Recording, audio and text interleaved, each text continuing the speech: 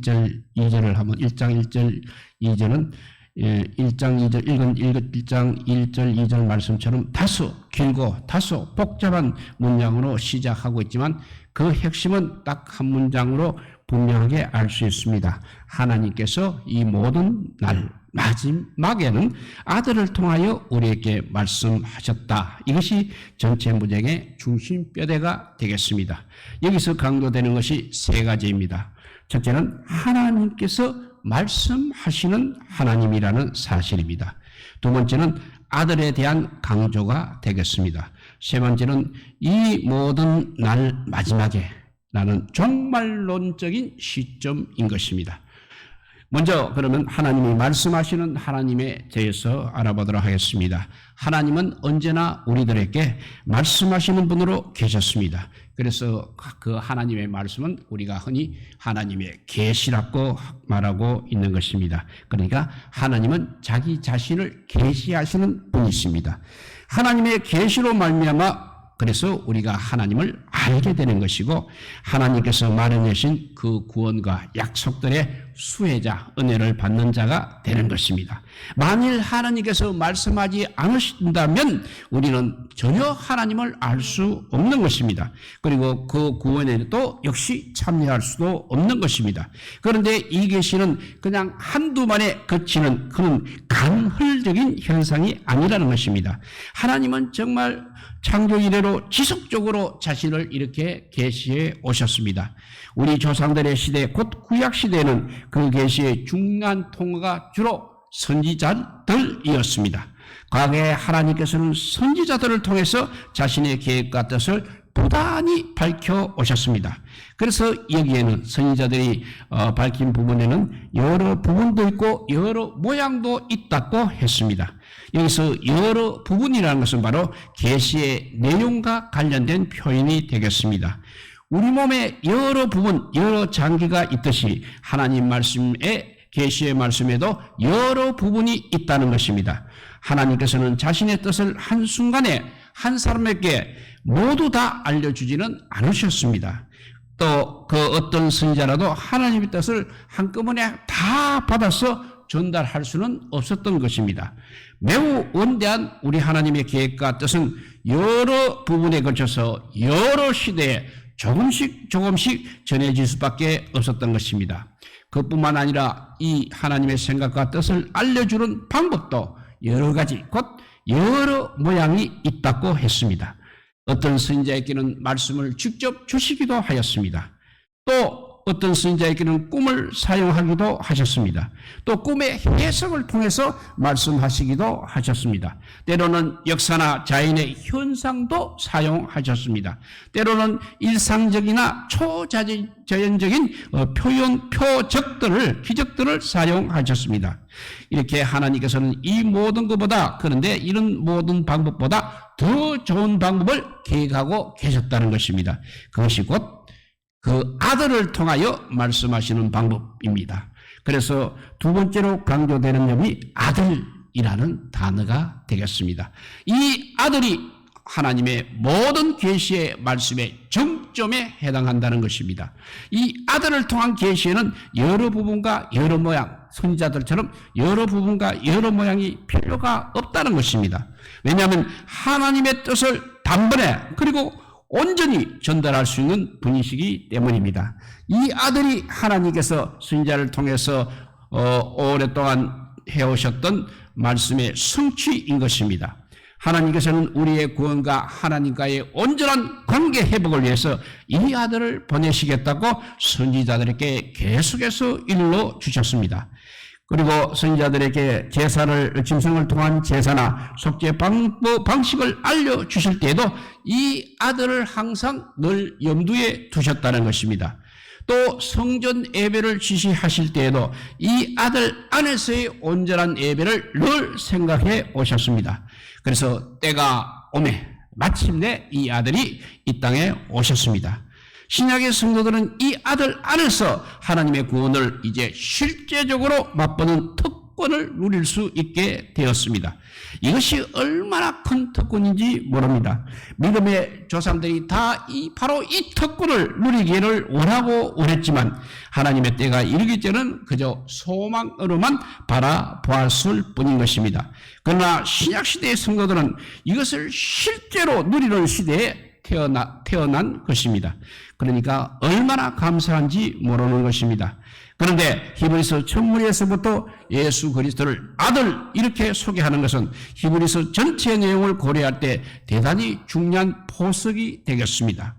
히브리서는 대제사장이신 예수 그리스도를 항상 강조하고 있습니다. 그러나 히브리서의 기독론을 떠받치는 핵심 기둥은 대제사장만이 아니라는 것입니다. 아들 기독론이 항상 더 기본적인 우선인 것입니다. 아들 기독론이 대제사장에 더 우선한다는 것입니다.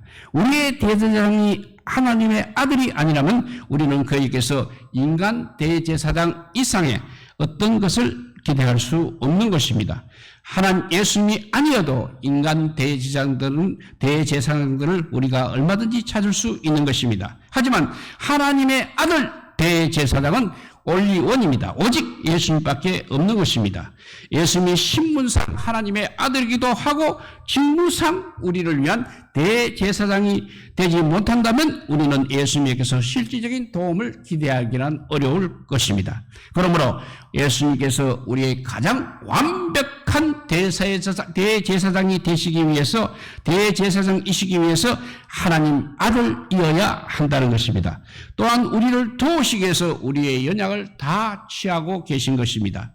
그래서 히브리서 4장 14절 15절을 보면 그러므로 우리에게 큰 대제사장이 계시니 성천하시니 곧 하나님의 아들 예수시라.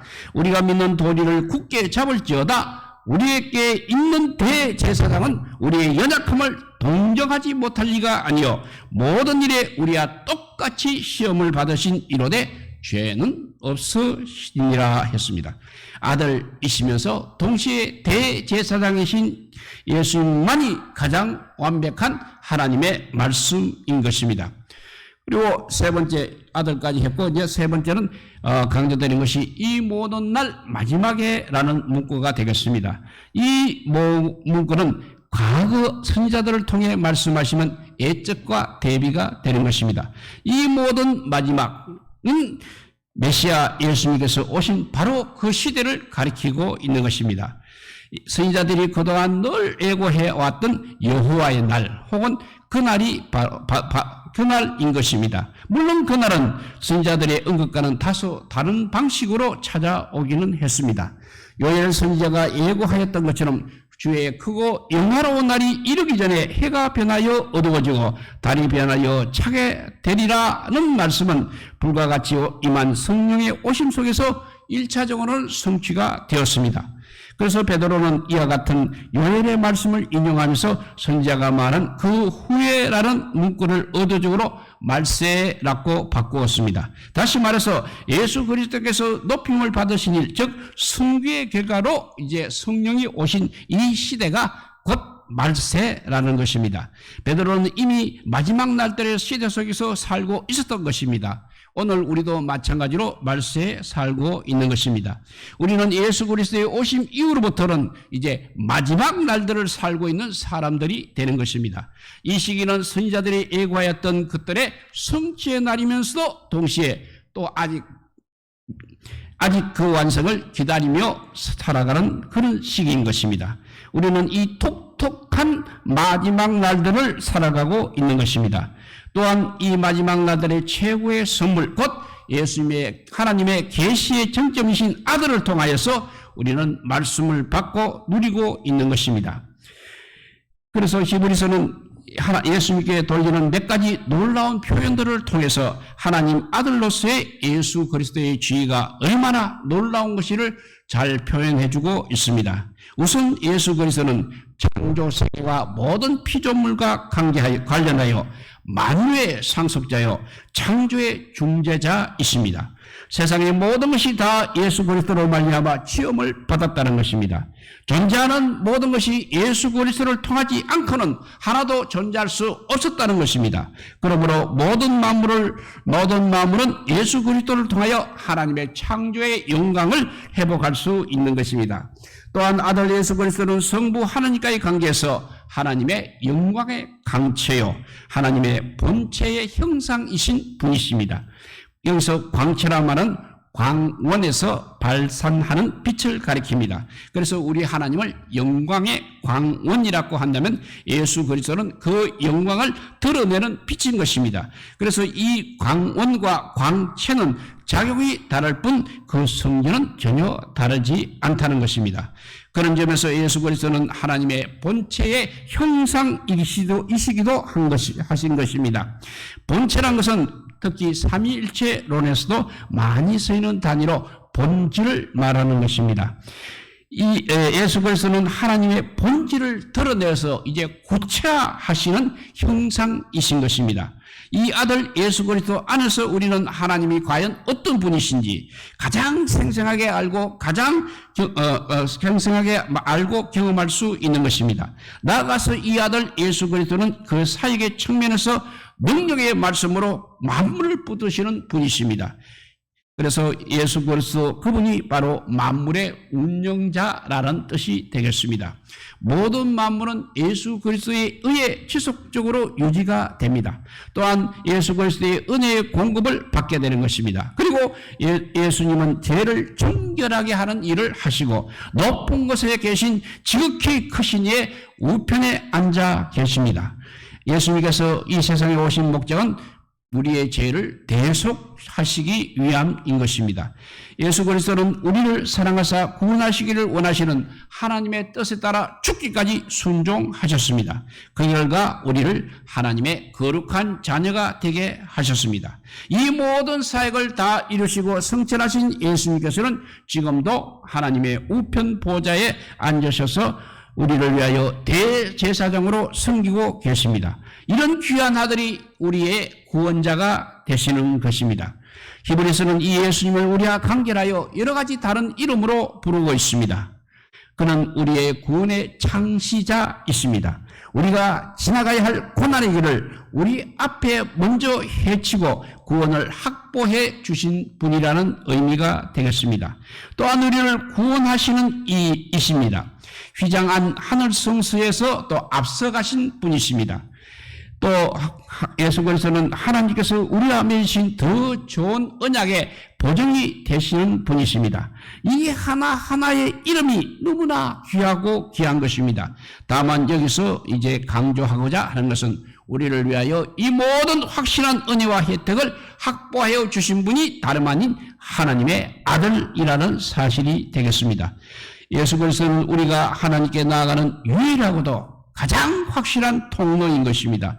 오직 이 아들의 이름으로만 우리가 하나님 아버지께 담대히 나아갈 수 있는 것입니다. 그런데 오늘 여기서는 천사들과 예수 그리스도를 비교하고 있습니다. 하나님의 아들 예수 그리스도에 대한 압축적인 소개 후에 갑자기 이렇게 천사들에 대한 언급이 나오고 있습니다. 1장 4절에 보면 그가 천사보다 훨씬 뛰어남은 그들보다 더욱 아름다운 이름을 기업으로 얻으심이니라고 했습니다. 이 구절은 히브리서에 나오는 천사들에 대한 최초의 언급이 되겠습니다. 우리가 여기서 주의해야 할 점은 이 구절이 천사에 대해 말씀하고자 하는 것이 아니라 여전히 아들에 대해서 말씀하고 있다는 사실을 유념해야 하겠습니다. 천사들이 특별한 존재임은 분명합니다만 우리를 구원하러 오신 그 하나님의 아들은 그 천사들과는 비교할 수 없이 특별하신 분이십니다. 오늘 본문은 아들의 비교할 수 없는 탁월함을 말하려고 천사들을 잠깐 언급하는 것뿐인 것입니다.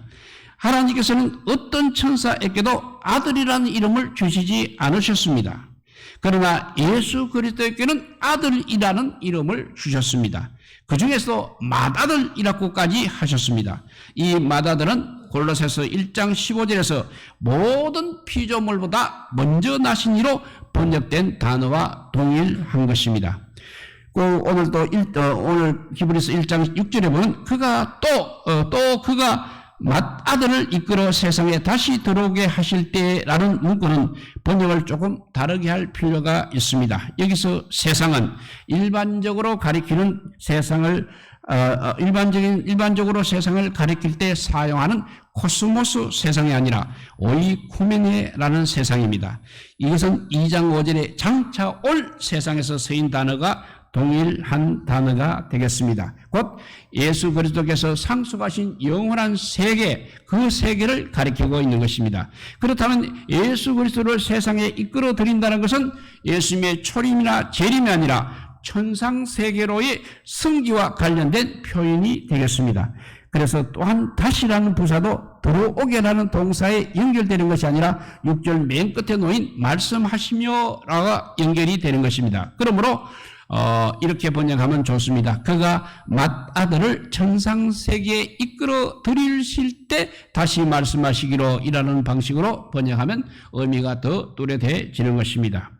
이렇게 히브리서는 1장에서 연쇄적으로 인용하는 7개의 구약 본문은 모두 아들이 천사들과 비교할 수 없이 더 우월하신 분이심을 강조하는 데 그 초점이 놓여 있는 것입니다. 천사들은 그냥 섬기는 영들입니다. 물론 하나님을 섬기고 나아가서 그 아들도 섬기게 됩니다. 그러나 여기서 그치지 않는다는 것입니다. 한 걸음 더 나아가서 천사들의 성림이 구원받을 상속자인 우리 성도들에게까지 확장이 되고 있다는 것입니다. 보잘것없는 우리들을 하나님 아들 되신 그리스도께서 섬겨주셨습니다. 그것도 모자라서 이제 천사들의 섬김을 받는 특권을 누리게 되었습니다. 이것이 얼마나 놀라운 은혜인 것입니까? 그런데 여기서 아들을 이야기하다가 이렇게 갑자기 천사들을 언급하는 데는 또 다른 특별한 이유가 있습니다. 히브리서를 시작하는 1장 서두에 천사들에 대한 언급이 집중적으로 나오기 때문입니다. 그래서 어떤 학자들은 바로 이 문제가 히브리서를 집필한 핵심 목적일 것이라고 추측하기도 했습니다. 다시 말하면 유대계 그리스도인들 가운데는 천사 숭배에 빠진 사람들이 많이 있었기 때문에 이를 바로잡기 위해서 히브리서를 썼다는 것입니다. 그러나 이 추측은 좀 근거가 부족하다고 볼 수 있겠습니다. 천사들에 대한 언급은 1장하고 2장 부분에만 집중이 되어 있습니다. 만일 이것이 히브리서의 기록의 주된 동기였다면 전체에 걸쳐서 더욱 일관되게 다루었어야 할 것입니다. 1장에서 갑자기 천사들을 언급한 이유가 2장에 가면 곧 밝혀지게 됩니다. 2장 시작 부분에서 보면 천사들을 통하여 하신 말씀이라는 표현이 나오고 있습니다. 이는 1장 시작 부분에 나온 아들을 통하여 말씀하셨다는 것과 대비가 되는 것입니다.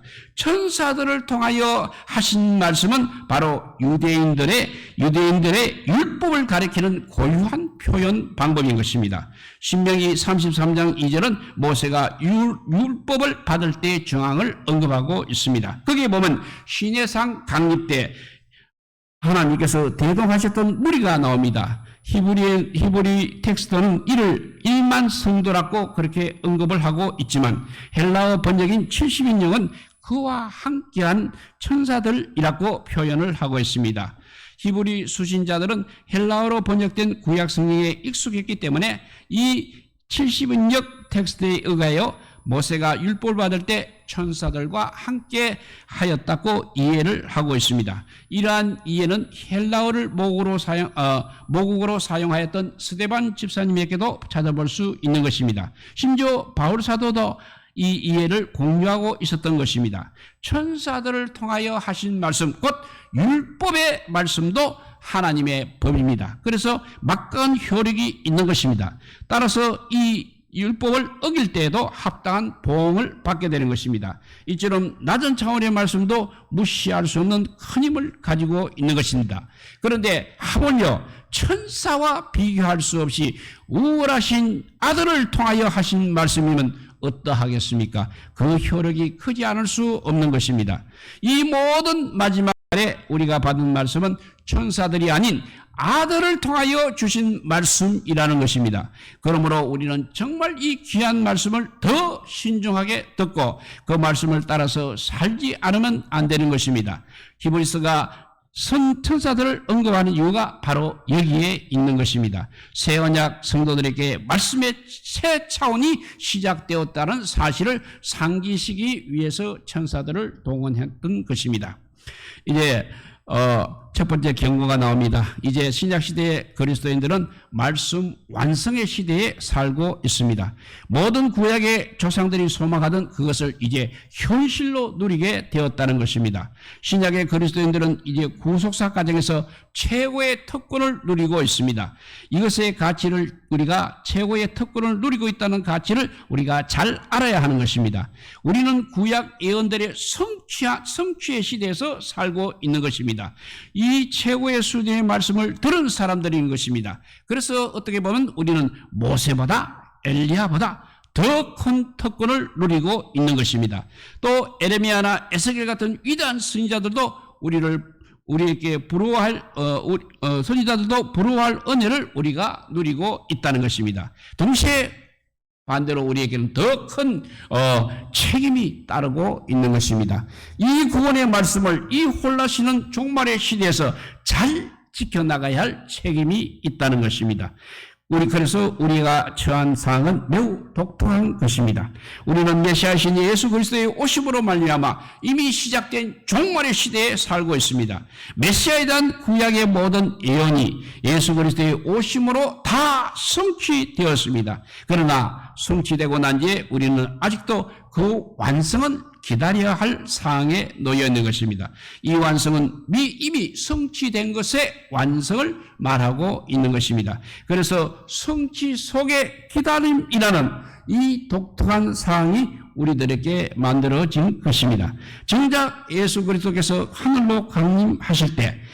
하늘로부터 강림하실 때 우리는 온전한 완성을 이제 맛보게 될 것입니다. 그 사이에서 우리는 이제 그 성취를 붙들고 완성을 기다리며 살아가는 것입니다. 이런 기다림은 우리 모든 믿는 사람들의 공동적인 요소인 것입니다. 믿음의 조상이라는 아브라함도 그때 그러하였습니다. 히브리서는 아브라함의 삶을 한마디로 기다림의 삶이라고 정의를 하고 있습니다.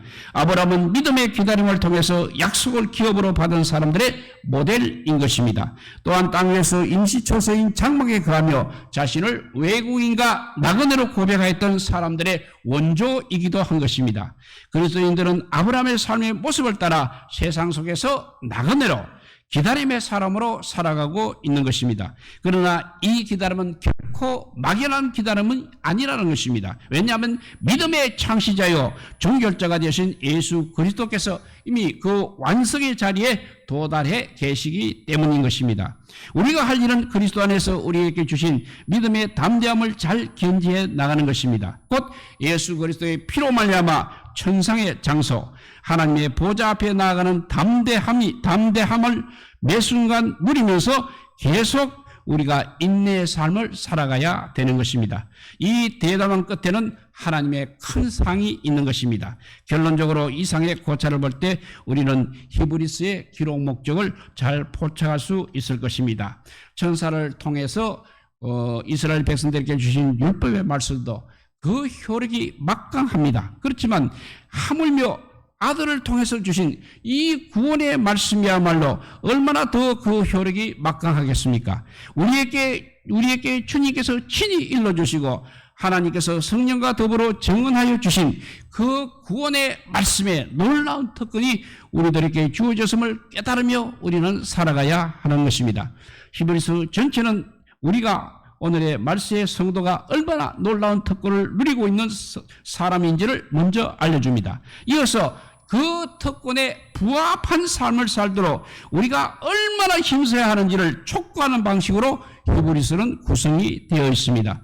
그 첫 번째 단락이 우리가 이때까지 살펴본 내용입니다. 즉 1장 1절에서 14절이 아들의 아들의 탁월한 지위에 대한 선포 부분이라 한다면 2장 1절에서 4절은 이 선포 부분에 근거한 권면 부분에 해당이 되는 것입니다. 신약 그리스도인 우리들은 아들을 통해서 말씀하신 하나님 말씀의 최종 단계의 특권을 누리는 것입니다.